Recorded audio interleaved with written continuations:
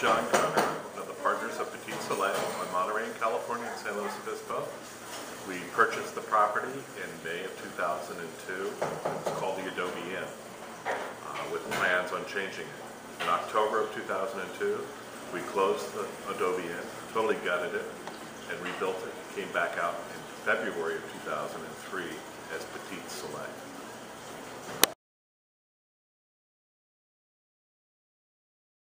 Well, I think what helped me was 30-some-odd years in the hotel industry, and 7 of those years as the general manager of Embassy Suites here. So I knew the market already. I knew the hotel industry. My wife had a passion for France. Is very strong, has a very good design eye, and was wonderful with food. And therefore, she took the food side, the design side. I took my side, which was the administration, the maintenance, the landscaping, and we worked together to build the concept. We knew we wanted something different than anything in town or in the area, and we wanted something European. And we finally settled on Provence because of her love of Provence. I spent 9 years in Germany growing up, so I loved Europe, and Germany would have been a little bit boring as opposed to Provence. Through loans to a bank here in town. Actually, it was First Bank was the first bank that we actually approached, and some of our life savings, along with a loan from them, we started the business.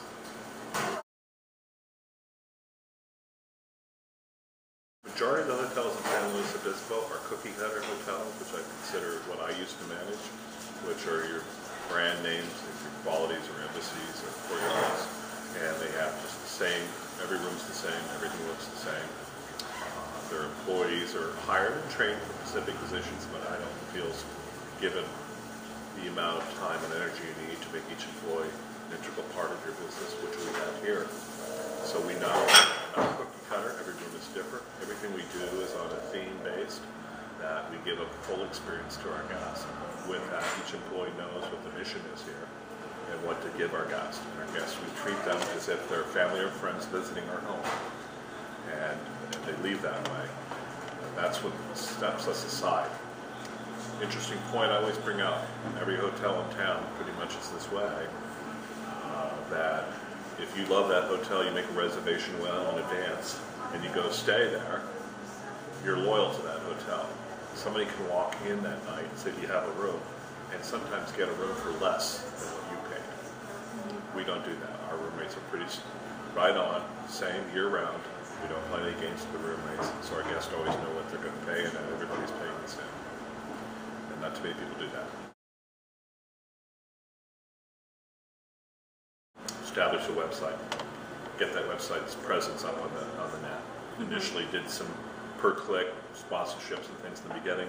We're such a small town, it's not that necessary now. So we have a strong internet presence. The next thing was, what travel publications are out there?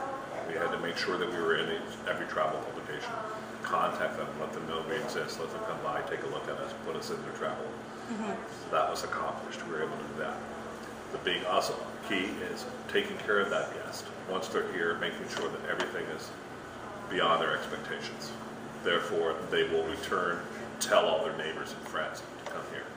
So we are currently in the neighborhood of about 43% of our house is repeat business. There's about another 4 to 5% that is referred by our repeat business. That, in a sense, is marketing. What you do, it becomes the marketing. And then initially, in the first couple of years, we did throw ads in a lot of magazines and publications. Mustang Daily, we still put stuff in Mustang Daily. Keep our name out there to still, so people still know we're here and remember, oh yeah, that place, we need to stay there.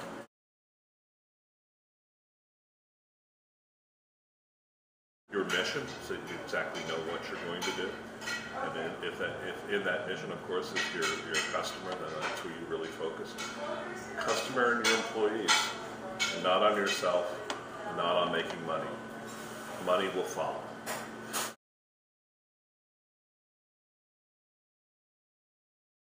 Have a passion for it. If you have a strong passion for whatever you do, it's going to succeed, and everything will follow. Failures that happen in the industry that I'm in, more so probably in the restaurant industry than the hotel industry, is the passion's not there to put in the time. And in the beginning, we were here 7 days a week. I was coming in at 6 in the morning and leaving at 6:30 at night. Oh, wow.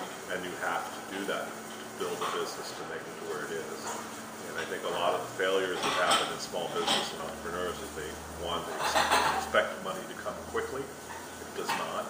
You need to have capital reserves to be able to survive over at least a 2-year period, not worrying about the income as much. So I believe a lot of people who fail go in with a small amount of capital, or they overcapitalize the remodel, let's put all their money into the loan, and don't have any reserves left to survive. Or sit back on their laurels and not really have the passion to do the job. And you need to, in the first 2 years, give it everything you've got.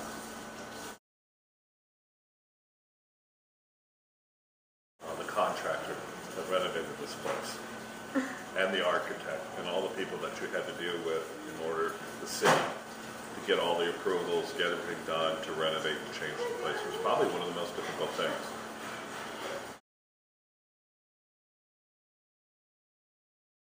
I would really hunt for a contractor and get a good firm bid, really study the contractors a lot closer to make sure we got what we wanted done.